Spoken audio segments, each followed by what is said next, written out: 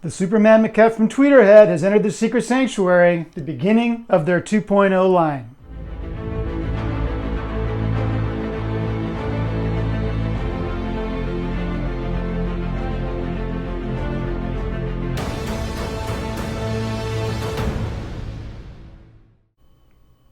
Hey guys, welcome back to the sanctuary. You might remember about 11 months ago, Chad at Tweeterhead was kind enough to send me the prototype for this piece. And that was a bit nerve-wracking for me because I never dealt with a prototype before. It was extremely light. It felt like it was made of balsa wood. I felt like I could breathe on it and break it. Luckily I did not, and I'm happy to say that I've received the production piece now, which is nice and solid, good old polystone, and it's a heavy piece, and let's take a look at it. All right, so the Superman Maquette is 1/6 scale. He's 20.5 inches tall, which is pretty big for 1/6, but he definitely is 1/6 scale. I'll show you a comparison with a 1/4 scale piece later on. It's sculpted by Guillermo Barbiero, who is quickly becoming one of my favorite sculptors. He's done numerous great pieces for Sideshow, and he's doing some great stuff for Tweeterhead now. To me, this is Superman ripped from the pages of the comics of my youth, like in the mid-1970s. Yes, I'm ancient. Drawn by Kurt Swan, inked by Murphy Anderson. This is the Superman that I grew up with. And I think this is the best Superman sculpt I've ever seen. A lot of people will say the Prime 1 Hush is the best Superman, but not for me. To me, the portraits on that piece kind of ruined it for me. They look almost more like Frank Castle than Kal-El. This is pure classic Superman. Lots of great details. The musculature is awesome.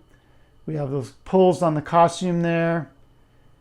Everything looks very nicely detailed. Even the hands. Hands can be really difficult to paint. Often they look sloppy between the fingers, but this looks really, really good.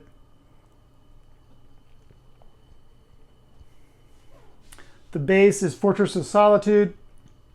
To be honest, I could take or leave the base. It's become kind of a cliche to have a Fortress of Solitude base on a Superman piece.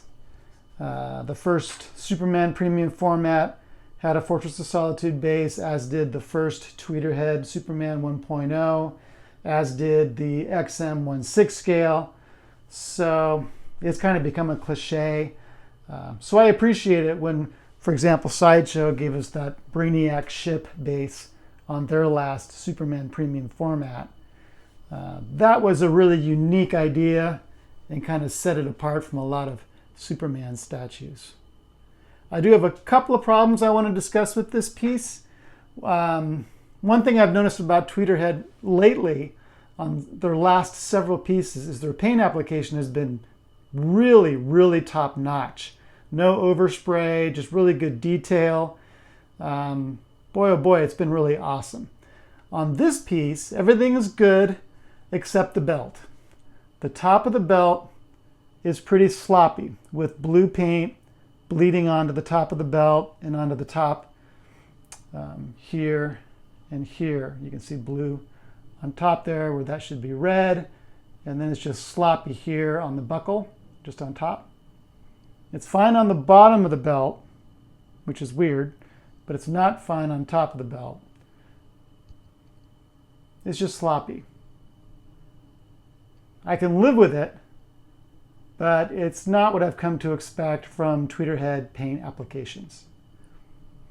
The other thing different about this piece, and maybe I'm imagining it, I'm not quite sure, but I remember the prototype and the pictures on both the Tweeterhead site and the Sideshow site as showing Superman completely vertical. Like if you were to draw a line from the tip of his toes to the center of the portrait, I think it'd be totally vertical in those pictures. And here it's skewed a little bit that way, just slightly. And God, my wife thinks I'm nuts. She thinks I'm imagining it. So you guys tell me what you think.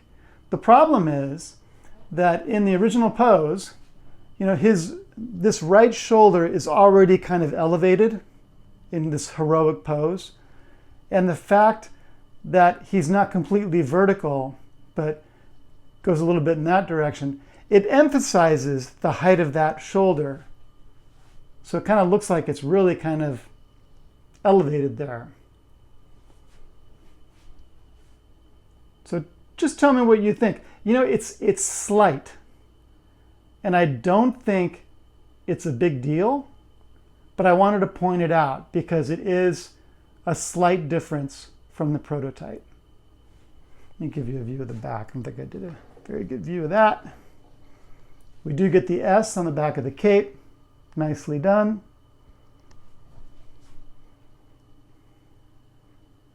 Really good paint on the back of his neck there.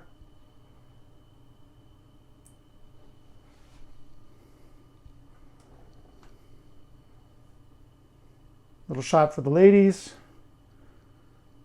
Boots look good.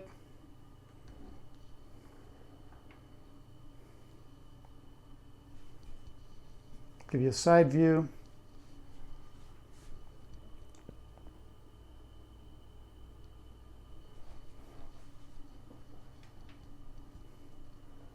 Really a nice piece, top to bottom.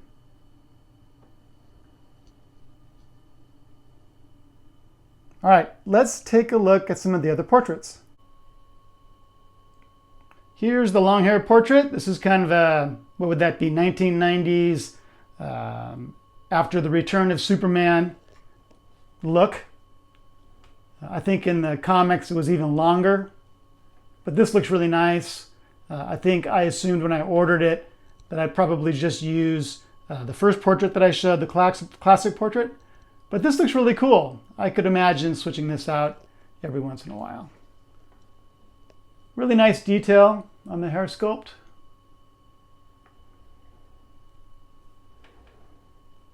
So you get these two with the collector's edition, and you get the Heat Vision portraits with the exclusive.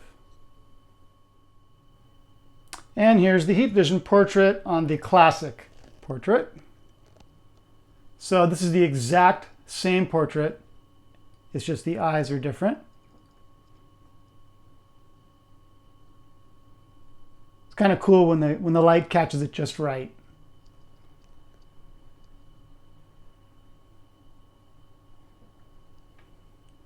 And it's interesting, a lot of the other Superman statues that include Heat Vision portraits often have it like a rage portrait or something like that.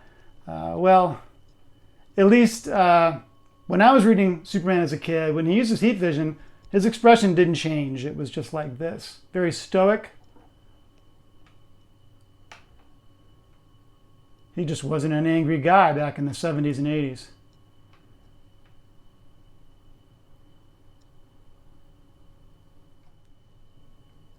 And finally, here's the long hair portrait with the Heat Vision eyes.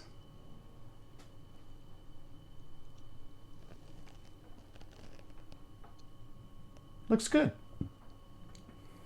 I don't think I will display the Heat Vision eyes.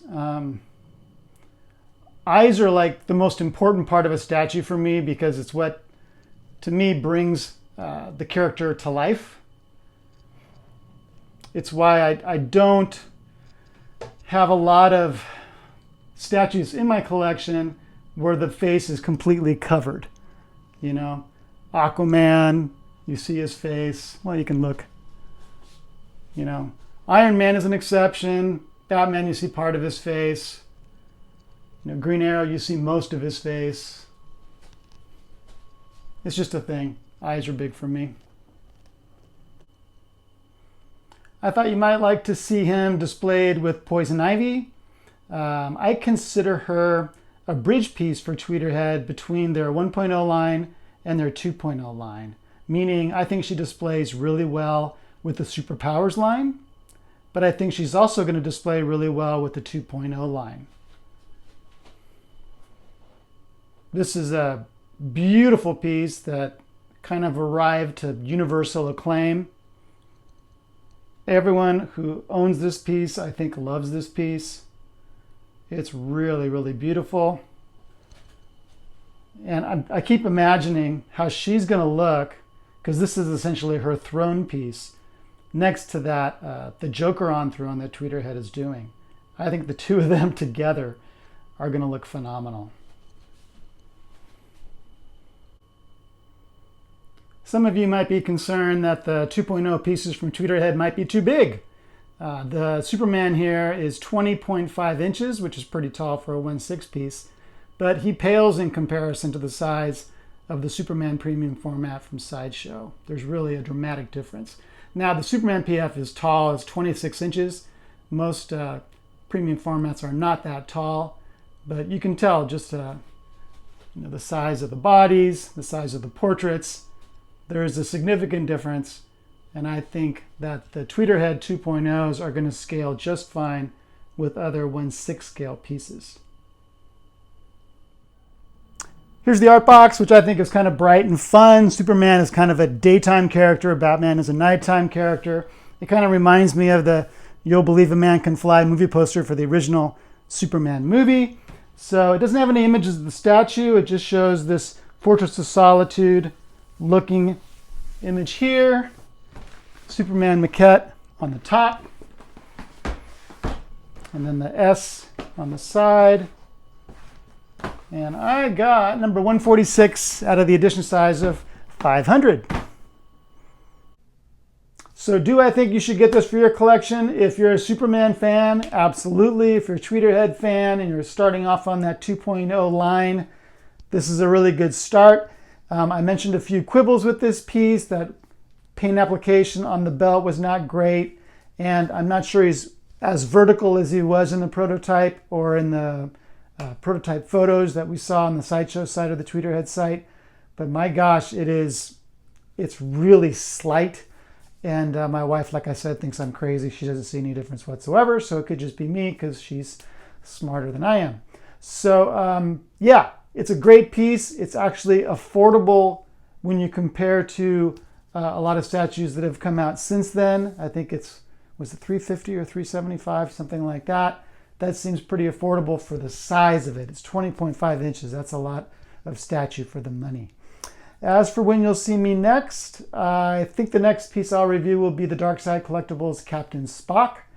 I kind of flipped on that piece. When it first came out, I was pretty down on it, but I think that was because I was very frustrated by the price. I think that the prices on the Star Trek line from Dark Side are a little high. $1,300 to $1,500 for pieces that are under 26 inches tall. That's pretty small for a 1/3 scale with a very simple base. But show me another good Spock statue. There really aren't out there, and if they are, they're probably quite old. What really flipped me on it was the Rad Titan review, where they couldn't find anything wrong with it at all. They thought it was a wonderful piece, and so I thought I'd give it a try. So that's next for me, Dark Side Captain Spock. And you'll always find me on Rogues Gallery Live. I'm very active on Facebook and on Statue Forum. I hope you guys enjoyed the review. Please subscribe if you haven't already. Please like this video, and I'll see you very soon. Take care, guys. Bye-bye.